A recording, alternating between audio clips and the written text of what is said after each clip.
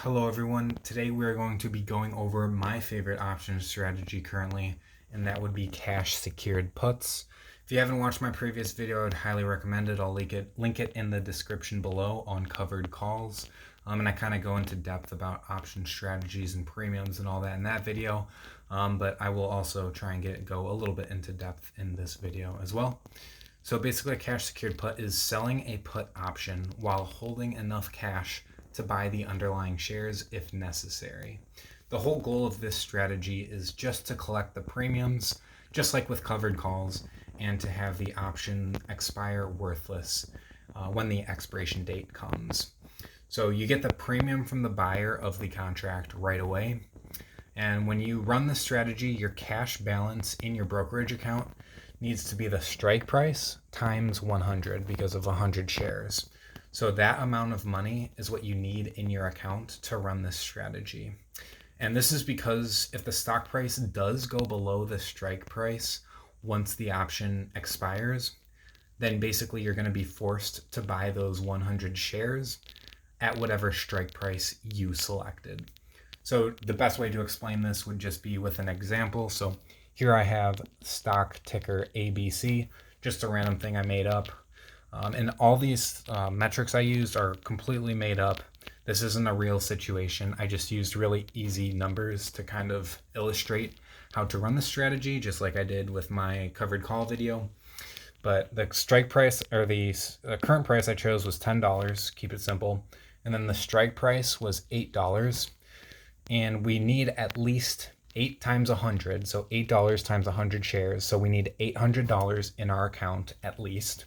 And then the premium we get from each share is $2, so times 100, we get $200 immediately right into our account. So here we have the profit and loss graph that I just drew up here, and anything above the x-axis is going to be technically profit, and then below the x-axis will be loss. So as you can see just right away with this dotted line, our profits are going to be capped. And the cap of our profit is going to be the premium. So like I said in the beginning, the goal of this is just for these contracts to expire worthless. All we want is to collect the premium and then have nothing happen after that. So that way we aren't forced to buy 100 shares. We just want to collect the premium basically and then move on and then keep running the contract. But sometimes we don't just collect the premium. The options do get exercised by the buyer, and then we'll go over exactly what happens in that situation. So on this graph, we have the price at $10 for that little point there. And then the strike price is at $8. So basically, if the price falls below $8 by the expiration date, the option will get exercised, and then we have to buy 100 shares at $8.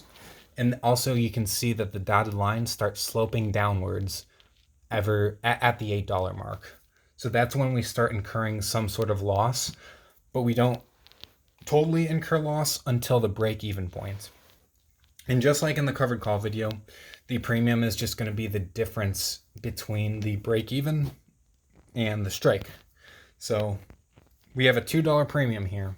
So that's where we get our break-even, because $8, and then you have the $2 premium, so our break-even is $6. And to kind of explain why this happens, so let's say the stock price is at $7, so like right here, when expiration comes.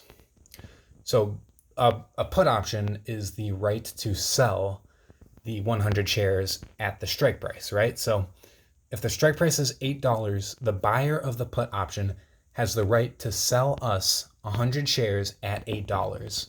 Well, if the stock price is $7, then they get to sell us basically for $8, which is good for them, but bad for us. So since we have to buy $8 worth of 100 shares,